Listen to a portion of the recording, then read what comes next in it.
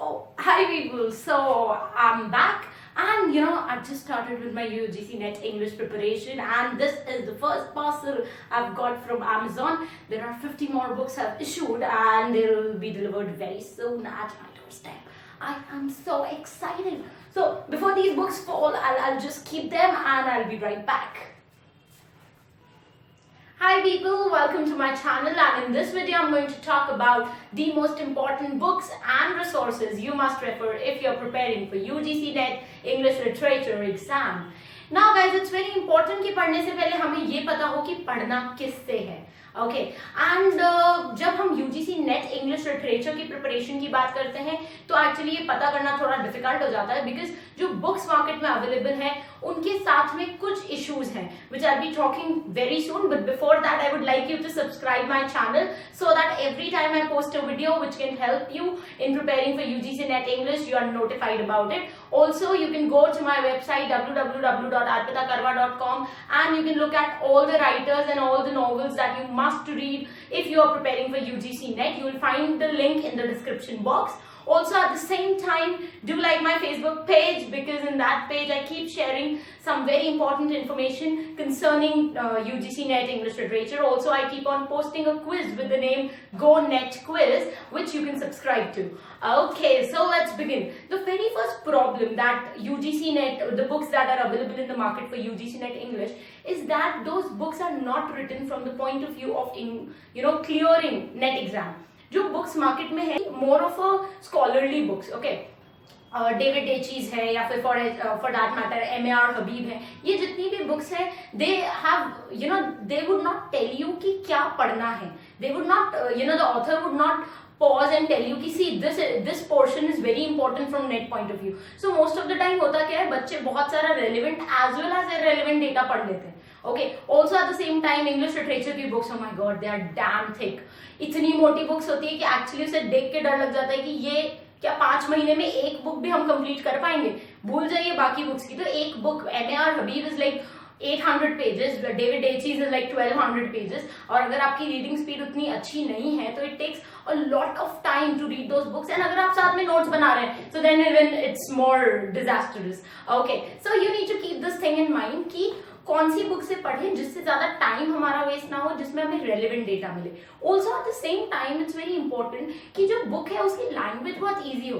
Because most of the time मैंने एक चीज देखी है, बहुत कॉम्प्लिकेटेड लैंग्वेज में लिखी गई है इंग्लिश लिटरेचर की books just because they have been written by foreign writers and they have been written by very well read scholars. तो उन्होंने अपने हिसाब से लिखे. When I remember when I started with David Daiches, first 100 pages वो making no sense to me.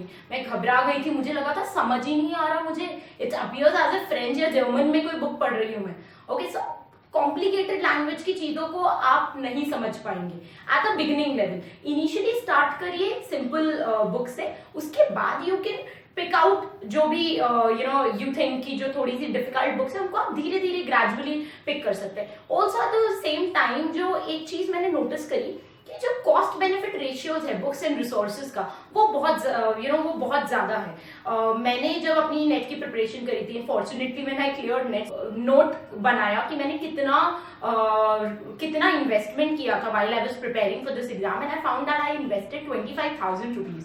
Now 25,000 rupees included all the books, all the websites I subscribed, जो paid subscriptions मैंने लिए थे, all the online courses I subscribed to. and फिर मैंने एक चीज देखी कि कहीं ना कहीं उस 25,000 का बहुत सारा ऐसा हिस्सा था जो बहुत इरेलीवेंट था. ऐसी बहुत सारी बुक्स मैंने खरीद ली जिन्हें शायद मैंने टच भी नहीं किया था, या ऐसा बहुत सारा मटेरियल इंटरनेट पे भी मैंने सब्सक्राइब कर दिया जो इतना इफेक्टिव नहीं लगा मुझे. So then it clicked to me it's important that I should make a video so that all the fellow students should know that how they can start preparing and what all books they should refer. Okay, so beginning with I have divided the course into 10 modules and her module में कौन सी book या कौन सा resource आपको देखना है. I be taking each one by one. Okay, so let's move on to the first module, that is British literature. Now the major problem with British literature is that market में इतनी सारी books है कि you get confused कौन सी choose करना है. Personally आप मुझसे पूछे तो I started with William J long. William J long के बाद में मैंने डेविड डेचीज, राउटलेज पढ़ी. बट एक चीज मैंने रियलाइज करी कि most of the people used to tell me कि ब्रिटिश लिटरेचर को 3-4 किताबों से पढ़ो। I found out after I cleared NET, मैंने जब एनालाइज किया अपनी प्रिपरेशन को, तो मैंने देखा कि शायद एक बुक से ही अगर मैं ढंग से पढ़ती और अगर एक ही बुक से मैं नोट्स बनाती, बिकॉज जब आप एक राइटर को एक बुक से पढ़ रहे हो तो इट्स इंपॉर्टेंट कि आप उस पर पॉज करेंगे एंड आप इंटरनेट पे जाके उस राइटर के बारे में और अलग अलग जगहों से पढ़ेंगे। उसकी जो वर्क्स है वो आपको बुक में सिर्फ ये लोग वर्क दे के छोड़ देंगे या फिर उस वर्क पे क्रिटिकल कमेंट्री देंगे बट समरी नहीं देंगे। Unless and until you don't know the basic background of that work, आप उसके क्रिटिकल कमेंट्स को समझ ही नहीं पाएंगे। ओके, फॉर एग्जांपल मैंने जब डेविड ए चीज पढ़ी थी, they had 100 pages for Shakespeare. Now Shakespeare के मैंने अपने during my university time I went through 4 plays, okay, the 4 major tragedies that Shakespeare has written. उसके अलावा डेविड ए चीज में they were talking about Midsummer's Night Dream, they were talking about Romeo Juliet, All Wells That Ends Well. So इन सब की critical commentary थी। अब मैं जब उन्हें पढ़ रही हूँ मुझे समझ ही नहीं आ रहा था बोलना क्या जा रहे हैं, कैरेक्टर के बारे में बात कर रहे हैं लेकिन कैरेक्टर कौन था, I don't even know that, okay. So at that point I realized कि सबसे पहले ऑथर को आप जब पढ़ रहे हैं, उसके वर्क को पढ़ रहे हैं, तो आपको सबसे पहले उसकी समरी पढ़नी होगी और उसके बाद आप क्रिटिकल कमेंट समझ पाएंगे फ्रॉम द बुक। एक राइटर के अंदर आपको इतनी सारी नॉवेल्स या टेक्स्ट पढ़ने को होते हैं कि आपको वो सारा एक ही बुक में नहीं मिलेगा। You need to go to other resources. मैंने जैसे बहुत सारे पेड सब्सक्रिप्शन लिए थे डिफरेंट वेबसाइट के। study.com को मैंने सब्सक्राइब किया था, उनका 4 मंथली पेड सब्सक्रिप्शन लिया। बुक रैग्स मैंने सब्सक्राइब किया, ई नोट्स मैंने सब्सक्राइब किया। उसके अलावा बहुत सारे फ्री भी थे, Spark Notes was there, Grade Saver was there, Cliff Notes was there, YouTube, Yale course, बहुत सारी चीजें मैंने पढ़ी एंड फिर उसके बाद मैंने बहुत क्रिस्प एंड क्लियर नोट्स बनाए। बिकॉज देखिए इट इज वेरी इंपॉर्टेंट, आप जब पढ़ें तो आप ऐसे पढ़ें कि उस चीज को आपको वापस नहीं पढ़ना पड़े, आप सिर्फ अपने नोट्स को पढ़ के रिवाइज कर पाए। ओके, सो फर्स्ट थिंग मैं जो रिकमेंड करूंगी, एक बुक से पढ़िए, उसके बाद अगर उन बुक में जो जो राइटर्स हैं उनको अलग से आपको डिटेल में इंटरनेट पे पढ़ना होगा। Eight the same time I have seen people doing it, वो इतने सारे नोट्स इकट्ठा कर लेते हैं कि मतलब they are bog down with the content. And होता क्या है इस पूरी चीज के बाद कि कहीं ना कहीं वो पाइल्स में भर के नोट्स एक जगह रहते हैं and you don't even look at those notes, okay, when you're preparing. So that is important. थोड़ा ही डेटा पढ़िए, क्वालिटी पे फोकस करिए rather than quantity. Also, I have this very nice example that I can give you कि जैसे अगर आपको एक पहाड़ आपको चढ़ने को बोले तो आप भाग के पहाड़ तो चढ़ गए and then you realize पहाड़ चढ़ने के बाद कि शिट मैं तो गलत पहाड़ चढ़ गया, मुझे तो वो पहाड़ चढ़ना था। ओके, सो वैसे ही प्रिपरेशन के टाइम पे अगर आप बहुत जल्दी एक बुक कंप्लीट कर लेते हैं ना, after completing that book you realise कि वो शिट ये तो इतनी रेलेवेंट थी नहीं, या इस बुक में तो ज्यादा अच्छे से मुझे समझ ही नहीं आया, I should have refer to that book. ये बहुत जरूरी है। So for British literature my advice, look at William J Long. Also simultaneously जो भी ऑथर्स हैं, जो भी इंपॉर्टेंट प्ले राइट्स हैं, पोएट्स हैं, उनको अलग से इंटरनेट से स्टडी करिए। Coming on to the second module, American literature. Now, American literature की जो history of American literature पे books है वो बहुत ज्यादा एक्सपेंसिव है। I've seen this personally and बहुत ज्यादा डिटेल में। Like Oxford publication की एक बुक है which is like उसे देख के आपको ऐसा लगता है oh my god, encyclopedia भी इससे कम पेजेस की होती होगी। So it's no point going into such depths because American literature के बैकग्राउंड से क्वेश्चन नहीं आते, उनके ऑथर्स से क्वेश्चन आते हैं। ऑथर्स को आप अलग से स्टडी कर सकते हैं। If you go to my website under the heading of course content you will find all the 10 modules with a list of all the writers that are included in each and every module. So अगर आप हर एक writer को individually भी पढ़ते हैं तो it will help you a lot rather than going and studying from different books and then coming out with nothing. Also her writer में क्या पढ़ना है ये इंपॉर्टेंट है। इसके लिए in my online audio course मैं एक काम करती हूँ कि मैं प्रीवियस ईयर पेपर्स को साथ साथ बताती हूँ हर एक ऑडियो के। व्हाट आई डू बेसिकली कि हर एक ऑडियो में एक राइटर पे बना रही हूँ एंड उसके राइटर के बारे में जो इन्फॉर्मेशन, बायोग्राफिकल इन्फॉर्मेशन, एज के बारे में जो इन्फॉर्मेशन रेलिवेंट है, उसके वर्क्स के बारे में जो इन्फॉर्मेशन रेलिवेंट है, साथ साथ जो प्रीवियस ईयर पेपर्स में जो क्वेश्चन आए उस राइटर के बारे में, so that you get the lens कि उस राइटर को अप्रोच कैसे करना है। Okay, so for American literature I would prefer just look at the individual writers and don't refer to any single book. Okay, so moving on to the module third. In the module third, we have post-colonial literature. Now, post-colonial literature पे तो book ही नहीं है.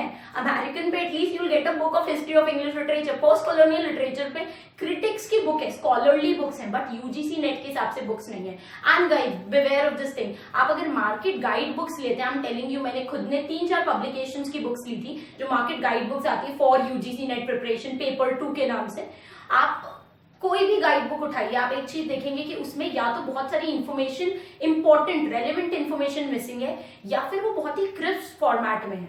Okay, उन्होंने बहुत सारी, मतलब उन्होंने Shakespeare में एक पैराग्राफ लिख के आगे बढ़ गए ना. You can not just skip Shakespeare reading one paragraph and you think you are done with Shakespeare. That is not possible. Post colonial literature में 2 पन्ने हैं. आप मेरे वेबसाइट पे जाएंगे, यू विल फाइंड कि मैं कम से कम में भी 80 ऑडियोज देती हूँ पोस्ट कॉलोनियल लिटरेचर पे. It is that important. सबसे ज्यादा अगर नेट में क्वेश्चंस आते हैं तो that is from post colonial literature. Okay, now post colonial literature में बात करें तो you need to read African American, then British diasporic writers, black British writers जो है वो इसमें आएंगे, कनेडियन, कैरेबियन, इन सबको अलग अलग पढ़ना होगा. इनमें कौन कौन से इंपॉर्टेंट राइटर्स है, you find the list on my website.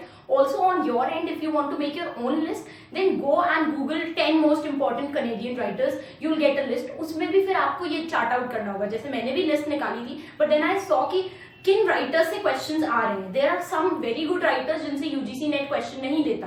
So it's not essential कि आप उन्हें पढ़ें. हाँ, जरूरी है फॉर अ लिटरेचर स्कॉलर कि आप पढ़ें. So I used to have a separate diary जहाँ पे मैं ये चीजें नोट करती थी जो मुझे नेट के एग्जाम के बाद पढ़ने. ओके, और जो अब मैं पढ़ती हूँ, when I am done with my audio lecture course, मेरे पास जो फ्री टाइम बचता है दिन में, I read all those books जो मुझे पढ़ने का मन था, जिन्हें मैंने नेट के टाइम पे नहीं पढ़ा. ओके, बट नेट के टाइम पे उस 5 महीने में सिर्फ उन्हीं बुक्स को रेफर करिए जो रेलिवेंट है. ओके, वो भी आप कंप्लीट करके रिवाइज कर लेंगे तो एक बहुत बड़ी बात हो जाएगी. Okay, so for the third module that is post colonial, refer to अलग अलग कंट्रीज के अलग अलग prominent writers. No book to be referred. Fourth is European literature. Now, European literature में you will have Italian, German, French, Russian, Norway के writers हैं, you will have writers from Sweden. इन सब कंट्रीज से आपके पास आएंगे यूरोपियन लिटरेचर के. Then you will have Greek classical literature, Roman classical literature. Okay, so आपको इसमें भी इंडिविजुअल राइटर्स पे बुक मिल जाएगी. लियो टॉल्स्टॉय पे आपको एक पूरी बुक मिल जाएगी 300 पेजेस की, बट हमें 300 पेजेस नहीं अभी डिवोट करने लियो टॉल्स्टॉय के लिए. या मैक्सिम गोर्की के लिए आपको बुक्स मिल जाएगी. या फिर आप अगर एल्बर्ट एल्बी पढ़ रहे हैं अमेरिकन में या किसी में, तो आपको अलग अलग राइटर्स पे बहुत बुक्स मिलेगी. बट आपको सारा अगर कंटेंट एक मॉड्यूल का, अगर आप चाहते हैं यूरोपियन लिटरेचर आप एक ही जगह से पढ़े, तो that is not possible.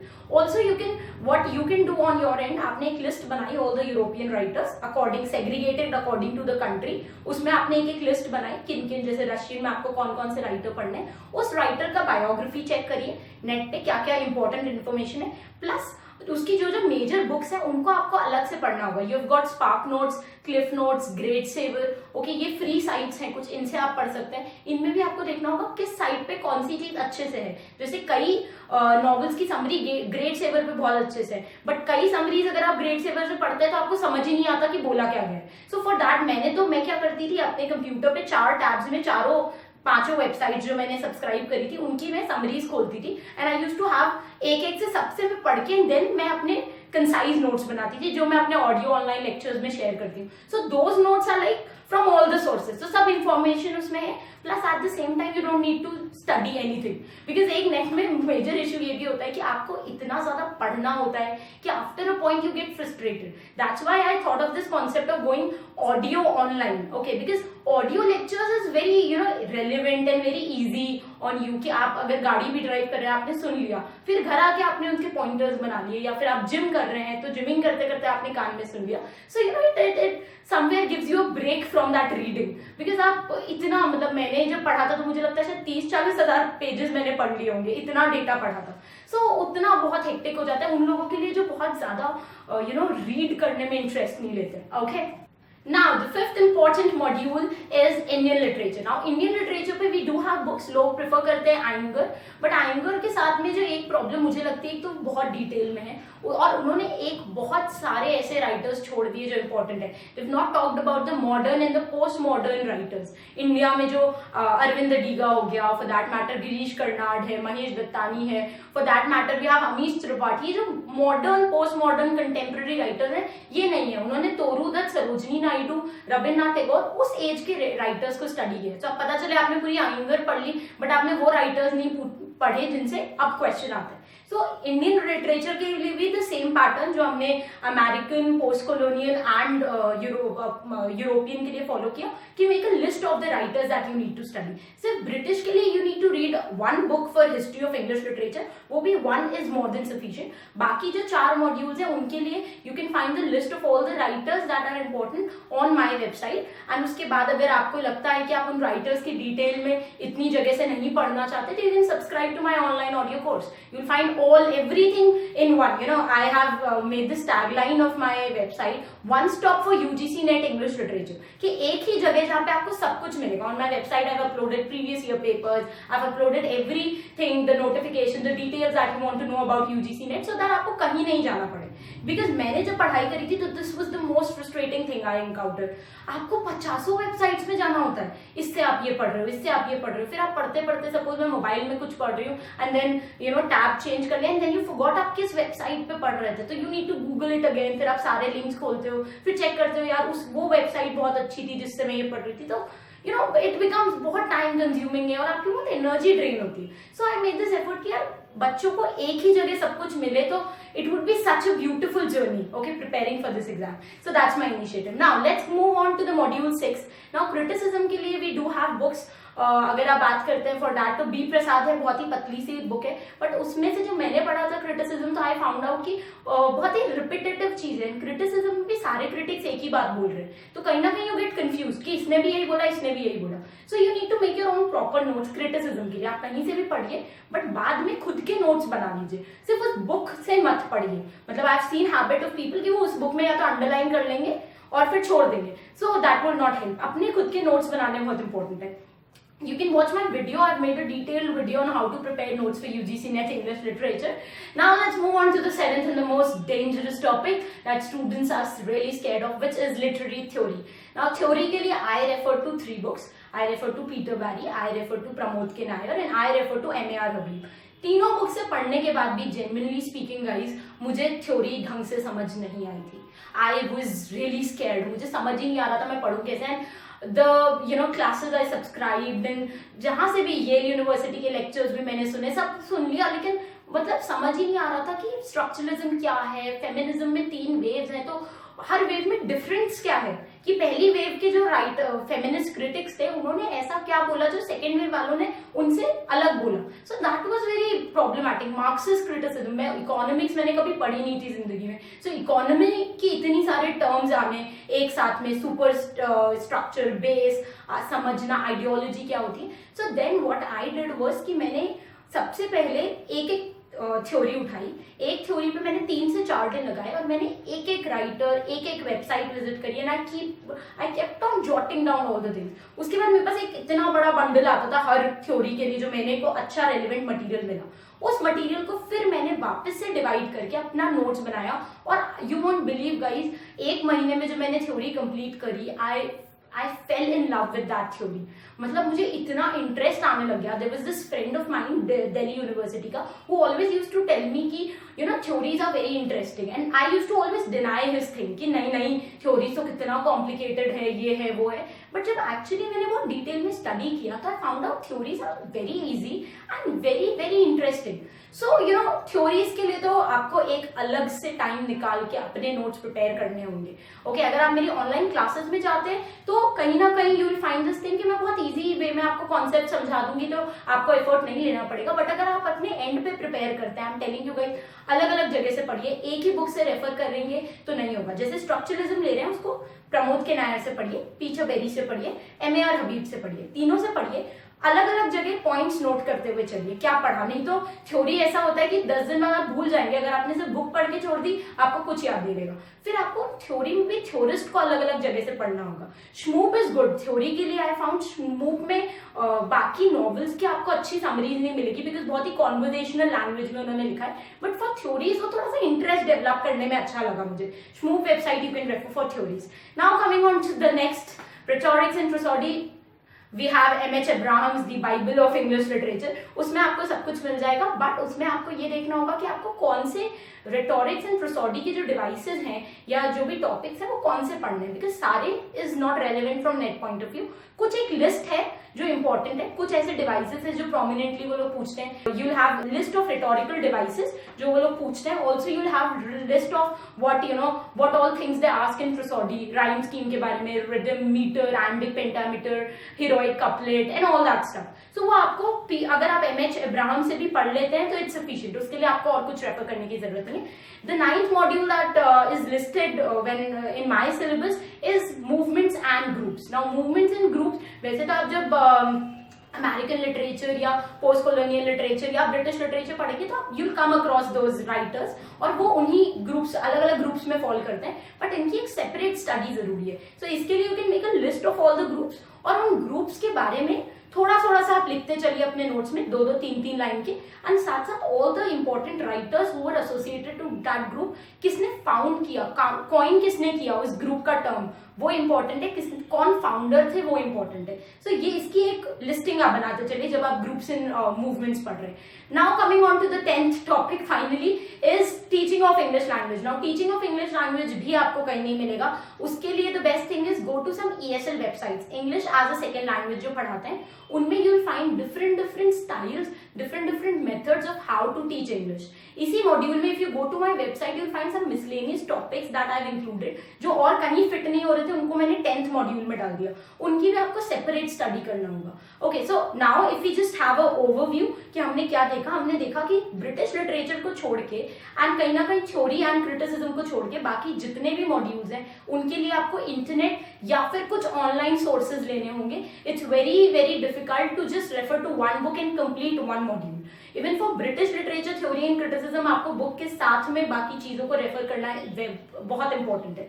So this you need to keep in mind. Also at the same time notes बनाते चलिए, नोट्स बनाना बहुत इंपॉर्टेंट है। आप अलग अलग जगह से चीजें पढ़ लेंगे बट रिटेन नहीं कर पाएंगे, और रिटेन कर भी ली तो उन्हें रिवाइज नहीं कर पाएंगे। ओके, सो नोट्स बनाने बहुत इंपॉर्टेंट है। So keep these 2 things in mind and also let me know in the comment box below if you have any more questions on any of the topic related to UGC NET English preparation. I'll be very happy to make a video on that. Also do subscribe to this channel.